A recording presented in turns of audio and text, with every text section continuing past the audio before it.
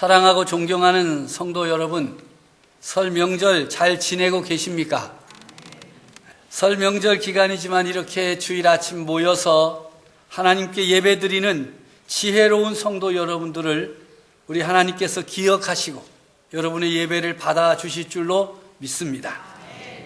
또한 고향 교회를 찾아서 예배드리는 성도들에게도 하나님 우리 아버지의 사랑과 은혜가 함께 하실 줄로 믿습니다. 또 오늘 보니까 새로운 얼굴들이 많아요. 교인들이 바뀐 것 같은데 남의 교회는 우리 교회하고 우리 교회는 남의 교회 가고 좀 바뀐 분들이 많이 있습니다. 또 오늘 부모님께 효도하느라고 처음 나온 분들도 계신다고 하는데 그분들에게도 하나님의 은혜가 함께 하시기를 주님의 이름으로 축복합니다. 대도시를 제외한 중소도시 교회와 농어촌 교회가 많은 어려움을 겪고 있는 것이 현실입니다. 도농교회 간의 협력이 이루어지고 있기는 하지만 흡족하지는 않습니다. 왜냐하면 한국교회가 전체적으로 어려움을 겪고 있기 때문입니다. 우리가 연합사업을 앞장서기 위해서 좀 조사를 시켰어요. 충청북도 안에 교회가 몇 교회가 되느냐. 그랬더니 한 2,000개 교회 된다 그래요. 저 영동, 보은, 옥천부터 시작해서 저 제천, 단양까지 교회가 한 2,000개 된다 그래요. 그래서 제가 100명 이상 출석하는 교회가 몇 교회나 되느냐 물었더니 10%가 안 된대요. 지금까지 조사해온 바로는 100명 이상 모이는 교회가 한 150개 정도 돼요. 그러니까 10%가 안 되는 거지요. 그러니까 90% 이상의 교회가 어려움을 겪고 있다고 보아도 무방합니다.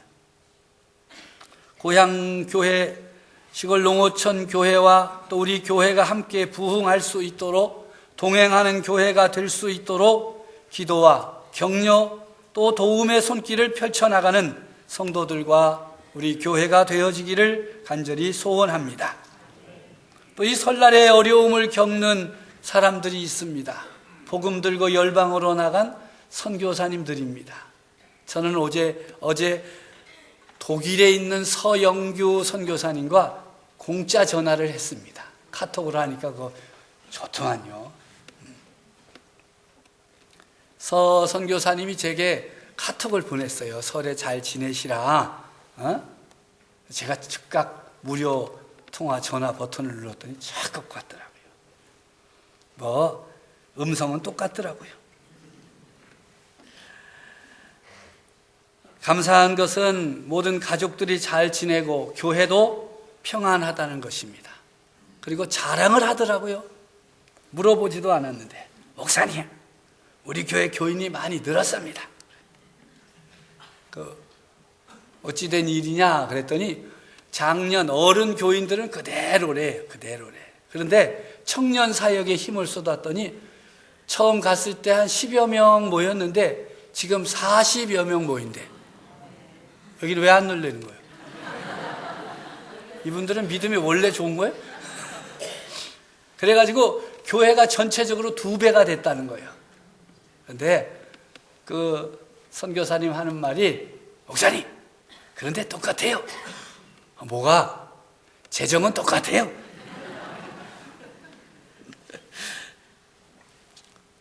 쓸 일만 많아졌지 사람은 늘기는 했는데 쓸 일이 많아졌다. 그래도 안 물어보는데 말하는 걸 보니까 자랑하는 것 같더라고요. 교회가 2배가 됐으니까 얼마나 좋겠어요. 여러분들 선교사님들 위해서 더 많은 기도와 후원의 손길을 펼쳐주시기를 바랍니다. 올해 우리 교회가 큰 맘 먹고 선교사님들에게 후원하는 재정을 조금 더 올려드렸어요. 여러분이 잘 참여할 줄로 믿고 조금 더 할렐루야 복 많이 받을게요. 그래서 선교사님들 위해서 여러분들 계속해서 기도해 주시고 또 협력해 주시고 후원의 손길을 펼쳐주시기를 바랍니다. 설날 아침 가족들에게 세배 받으셨지요? 어떤 덕담들을 하셨습니까? 혹시 오늘의 말씀 제목처럼 지혜로운 믿음의 사람이 되라 덕담하신 성도님들 계십니까? 설날 명절을 지내면서 우리 믿음의 가족들이 지혜로운 믿음의 사람들이 되시기를 우리 주님의 이름으로 축복합니다. 저는 설날 어제죠. 토요일 저녁 시간에 중고등부 주일 예배 찬양 준비하러 모인 학생들 10여 명에게 단체 세배를 받았어요. 그리고 준비한 신권 1,000원짜리. 요즘 1,000원짜리 못 구합니다. 1,000원짜리 신권 3장씩 놓아줬더니 입이 이만해져가지고 얼마나 좋아하고 신나하든지 저는 그 아이들이 기특하더라고요. 집에서 3,000원 줬으면 택도 없다고 하고 인상 썼을 텐데 무릎 꿇고 정중하게 받아 제가 축복하고 덕담해 줬어요. 왜 그랬느냐? 그냥 놀러 다니는 녀석들 불러들여서 세배 받은 게 아니라 오늘 주일 예배 찬양 준비한다고 와가지고 있으니까 얼마나 기특해요. 지난 주간 월요일부터 수요일까지 중고등부 100여 명의 학생들이 하나님을 알자 하는 주제로 겨울 수련회를 가졌습니다. 엄청나게 추운 데로 수련회를 갔어요. 영하 16도가 찍혔더래 밤에. 그게 어디 도망이나 가겠어요? 그리고 공주 저 골짜기 들어가가지고 꼼짝도 못하고 수련회를 했답니다. 제가 가보니까 그 열기가 대단했어요. 100여 명의 청소년들이 하나님을 알아가기 위해 찬양하고 기도하고 말씀 공부를 하는 모습은 요즘 이 시대의 기적과도 같은 일입니다. 아니 기적이에요. 학원 가는 일, 과외 가는 일, 공부하는 일 다 내려놓고 하나님 앞에 모인 학생들 하나님께서 알아주실 줄로 믿습니다. 이 청소년들이 저들 또래 사이에서 하나님 나라 일꾼이 되어서 친구들을 구원의 길로 생명의 길로 예수 그리스도에게로 인도하는 능력자들이 되어지기를 기대하며 기도합니다. 우리의 자녀들 다음 세대를 위해 수고하고 애쓰는 일은 집을 지을 때 기초공사를 하는 것과 같습니다. 특히 다음 세대들의 신앙생활을 위해 힘쓰는 것은 교회의 기초를 든든히 하는 것이요 그들의 미래를 위한 기초공사를 하는 일이기에 더욱 힘을 기울이고 집중해야 할 것입니다. 그래야 지혜로운 교회가 되고 지혜로운 일꾼들이 되어질 수 있습니다. 우리의 구세주이신 예수 그리스도는 우리 성도들이 지혜로운 사람 되기를 원하고 계십니다. 지혜로운 믿음의 삶을 살기 원하십니다. 이건 예수님께서 원하시는 일이에요. 성도들은 지혜로운 사람 되어야 합니다. 지혜로운 사람일 뿐만 아니라 지혜로운 믿음의 삶을 살아야 할 것입니다. 지혜로운 사람의 믿음 생활은 어떻게 해야 하는가?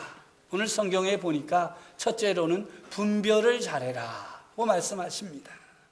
믿음 생활하면서 주의해야 할 것은 분별력입니다. 특히 겉다르고 속다른 사람을 분별해야 됩니다. 앞에서는 칭찬하고 뒤에서는 욕하는 사람, 앞에서는 웃고 뒤에서는 미워하는 사람, 이런 사람들을 오늘 성경은 양의 옷을 입고 너희에게 나아오나 속에는 노략질하는 일이라고 말씀하십니다.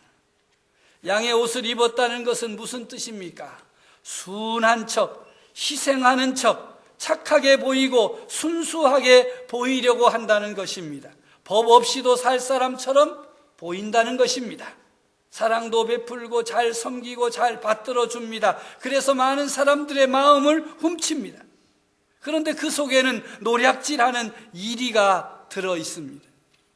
호시탐탐 기회를 노리면서 자신들의 목적을 이루려고 이익을 위해서 욕심을 채우려고 참고 기다리면서 노리는 악한 사람들이 있습니다. 겉모습만 보고 작은 친절과 이익의 마음을 빼앗기고 나면 이리저리 끌려다니는 불쌍한 신세가 되고 맙니다. 그러므로 잘 분별해야 됩니다. 잘 분별하기 위해서는 그들의 열매가 무엇인가를 알아야만 할 것입니다. 가시나무에서 포도를 딸 수 없고 엉겅퀴에서 무화과를 딸 수가 없습니다.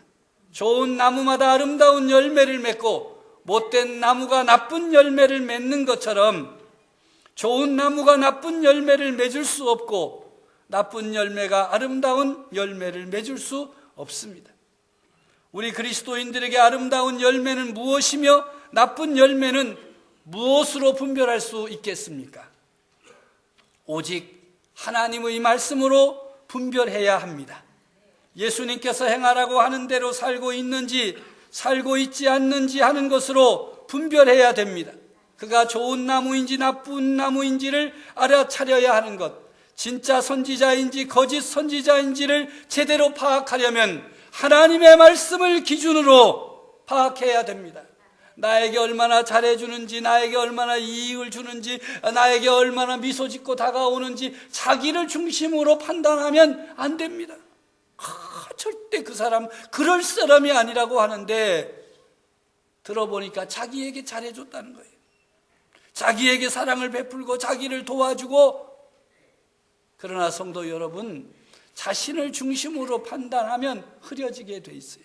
하나님의 말씀에 저들의 삶의 열매가 옳은 것이냐 그른 것이냐로 분별해야 됩니다.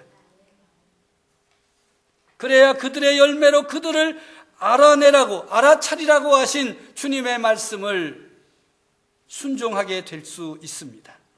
말하는 것과 작은 도움에 여러분들의 판단이 흐려져서는 안 됩니다. 잘 분별해야 됩니다. 그래야 지혜로운 믿음의 사람으로 살아갈 수 있습니다. 두 번째로 하나님 아버지의 뜻대로 행해야 합니다. 지혜로운 사람은 믿음 생활의 기준이 분명합니다. 자신이 걸어가고 있는 길이 하나님 아버지의 뜻을 따르고 있는지 아닌지를 알아서 세상 풍조를 따르기보다는 하나님 아버지의 뜻을 따라갑니다. 자신의 욕심과 이익을 추구하기보다는 아버지 하나님의 뜻에 순종하려고 합니다. 지혜로운 사람입니다. 예수님, 나더러 주여 주여 하는 자마다 다 천국에 들어갈 것이 아니요 다만 하늘에 계신 내 아버지의 뜻대로 행하는 자라야 들어가리라 분명하게 말씀하시면서 우리가 따라가야 할 것은 하나님 아버지의 뜻을 잘 분별할 뿐만 아니라 아버지 하나님의 뜻을 따라 사는 사람이 천국 백성 될 것임을 분명하게 선포하십니다. 계속되는 예수님의 말씀에 귀를 기울여 보십시오. 그날에 많은 사람이 나더러 주여 주여 우리가 주의 이름으로 선지자 노릇하며 주의 이름으로 귀신을 쫓아내며 주의 이름으로 많은 권능을 행하지 아니하였나이까 하리니 그때 내가 그들에게 밝히 말하되 내가 너희를 도무지 알지 못하니 불법을 행하는 자들아 내게서 떠나가라 하리라. 마지막 날에 입으로만 주님을 부르던 자들은 자신들의 공로를 내세울 것입니다. 이런 일도 했습니다. 또 이런 일도 했습니다. 저런 일도 다 했습니다. 제가 교회에 직분도 받고 교회에서 얼마간 봉사도 하고 이렇게 저렇게 많은 일들을 행했습니다. 선지자 노릇, 귀신을 쫓아내는 일, 권능을 행하는 일, 얼마나 흠모할 만한 일입니까? 얼마나 부러운지 모릅니다. 그런데 그것 가지고는 안 된다. 자신들의 공로를 내세워 보지만 예수님은 그들을 향하여 불법을 행하는 자들이라 하시면서 천국의 문을 닫겠다고 하십니다. 주님이라는 호칭은 당시에 매우 무게 있는 표현이에요. 예수님이 사역을 시작하신 지 얼마 되지 않았음에도 예수님을 주님이라고 부르면서 따르는 사람들이 많았습니다. 정말 누군가를 향하여 주님, 나의 주인, 얼마나 힘들고 어려운 말입니까? 그런데 예수님께서는 주님이라고 부르는 것만으로는 천국 백성이라고 할 수 없다라고 말씀하십니다.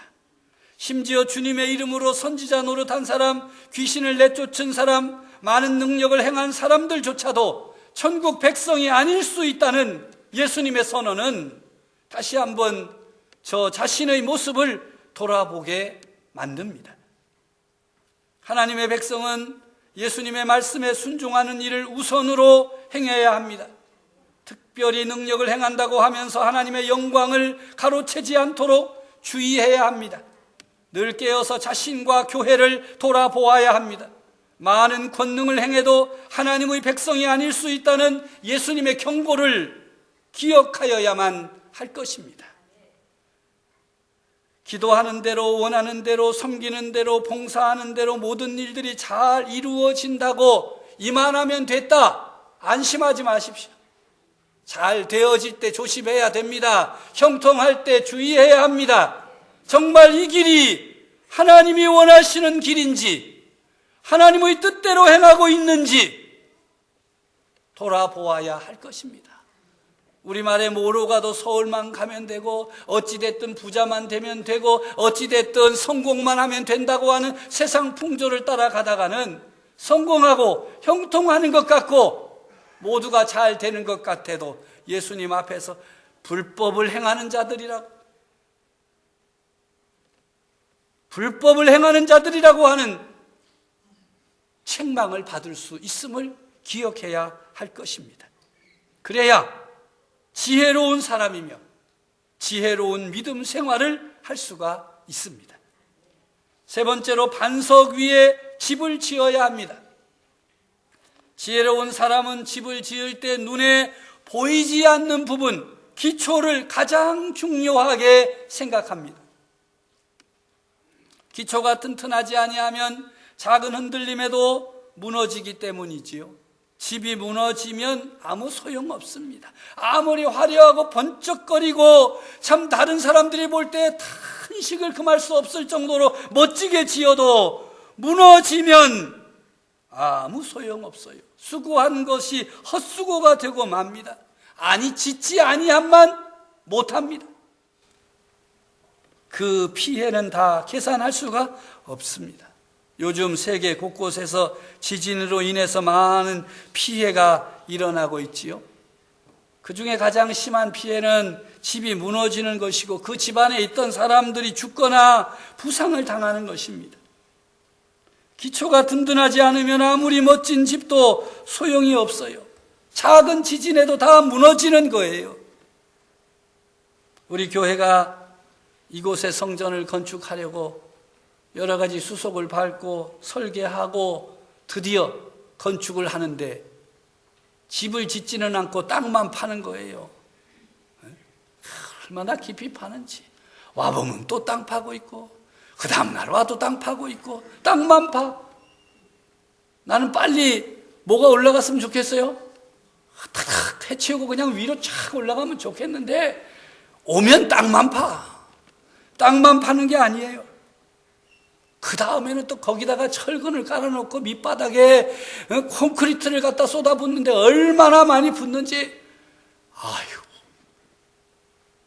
왜 그러나 알아봤더니 우리 교회 이 땅은 밑바닥에 반석이 없어요. 집은 반석 위에 지으라 그랬는데 파면 물 나오고 또 파면 물 나오고, 그래서 땅 파다가 또 옆에가 무너지고 뭐. 그래서 설계사가 설계하기를 이 땅에는 방석을 만들었어요. 콘크리트 방석을 만들어야 됩니다. 엄청난 깊이의 콘크리트를 철근과 함께 엮어서 쏟아 부은 거예요. 콘크리트를 부을 때는요, 검사를 또 합니다. 이게 강도가 제대로 나오냐 안 나오느냐, 그래가지고 이게 강도가 제대로 안 나오면 불합격이에요. 합격된 것만 갖다 붓는 거예요. 그런데 불합격되는 것을 우리 아는 사이인데 뭐 좀 봐주라, 여기 온 걸 어떻게 하냐, 그래가지고 쏟아부으면 나중에 큰일 납니다. 그렇게 해서 만들어진 철근 콘크리트 방석 위에 건축을 시작한 것입니다.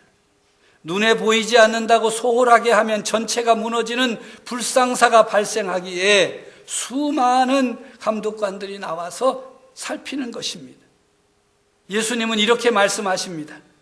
그러므로 누구든지 나의 이 말을 듣고 행하는 자는 그 집을 반석 위에 지은 지혜로운 사람 같으리니 비가 내리고 창수가 나고 바람이 불어 그 집에 부딪히되 무너지지 아니하나니 이는 주추를 반석 위에 놓은 까닭이요. 나의 이 말을 듣고 행하지 아니하는 자는 그 집을 모래 위에 지은 어리석은 사람 같으리니 비가 내리고 창수가 나고 바람이 불어 그 집에 부딪힘에 무너져 그 무너짐이 심하니라. 천국 백성은 예수님의 말씀에 순종하고 그들의 삶에서 아름다운 열매를 맺습니다. 놀라운 능력을 행하고 겉으로 보기에는 매우 경건한 듯이 보여도 말씀에 순종하지도 않고 이 세상의 영광만 원한다면 천국 백성이라고 할 수가 없습니다. 예수님은 그런 사람들을 향하여 불법을 행하는 자들이라 말씀하십니다. 인생의 위기와 어려움이 시시때때로 닥쳐옵니다. 설날 명절을 맞으면서 올 한 해는 잘 되라, 올 한 해는 뭐 이렇게 해라 덕담을 했지만 닥쳐오는 어려움과 위기는 덕담으로 해결되지 않습니다. 믿는 자나 믿지 아니하는 자나 위기가 찾아오고 어려움이 닥쳐옵니다. 자신의 욕심을 이루기 위해 신앙생활을 하던 사람은 그 고난을 이겨내지 못하고 무너집니다. 경건해 보이던 모습도 무너집니다. 그렇게 하나님을 사랑한다고 고백하던 이들, 찬양하던 이들도 그 입술에 저주가 담기게 됩니다. 하지만 예수님의 말씀을 삶의 기준으로 삼고 순종의 길로 나아가는 사람은 고난의 광야를 통과하면서 더 든든하고 깊은 신앙을 갖게 되는 것입니다. 사람들의 눈에 우리의 신앙이 보이지 않습니다. 그러나 주님은 아십니다. 믿음의 깊이를 더해야 됩니다. 눈에 보이지 아니하는 믿음의 깊이, 믿음의 기초를 든든히 해야 됩니다. 그 기초는 어떻게 해서든지 예수님의 말씀에 순종하겠다고 하는 태도요, 자세요, 실천입니다. 우리가 바라는 것은 보이는 것이 아니요 보이지 않는 것이라고 고백하면서도 어느 순간 돌아보면 눈앞에 보이는 것, 자기 만족을 위해서 세상 사람에게 보이려고 호둥대고 있는 자신의 모습에 깜짝깜짝 놀랄 때가 너무나도 많습니다. 또 다른 새해를 맞은 성도 여러분, 설날 명절을 보내면서 자신을 돌아보시기를 바랍니다. 지혜로운 건축자가 되라고 말씀하시는 예수님 앞에서 자신을 돌아보고 새로운 각오와 결심으로 예수님을 바라보십시오. 예수님을 생각하십시오. 그리고 예수님을 따라가십시오. 속사람을 강건하게 함으로 더욱 새롭게 하십시오. 지혜로운 믿음의 사람이 되어 아름다운 열매를 맺음으로 기쁨과 감사가 넘치며 함께하는 사람들에게 도움이 되고 은혜가 되며 하나님의 기쁨이 되어질 줄로 믿습니다. 하나님 아버지, 참 감사합니다. 오늘도 우리들에게 말씀하여 주시니 감사합니다. 지혜로운 사람이 되라, 지혜로운 믿음의 사람이 되라 말씀하여 주심에 감사를 드립니다. 이 말씀을 붙들고 잘 분별하며 살게 해 주시옵소서. 오 주님, 언제나 주님을 따라가겠노라고 다짐하지만 쓰러지고 넘어질 쉬운 우리들을 긍휼히 여기사 더욱 굳센 믿음을 우리에게 허락하여 주시옵소서. 하나님 아버지의 뜻대로 행하며 나아갈 수 있도록 무릎 꿇게 하시고 무릎 꿇는 저들을 붙잡아 주시옵소서. 눈에 보이지 않으나 우리들 믿음의 기초를 날마다 든든히 하게 하셔서 반석 위에 집을 짓는 지혜로운 사람들 다 되게 해 주시옵소서.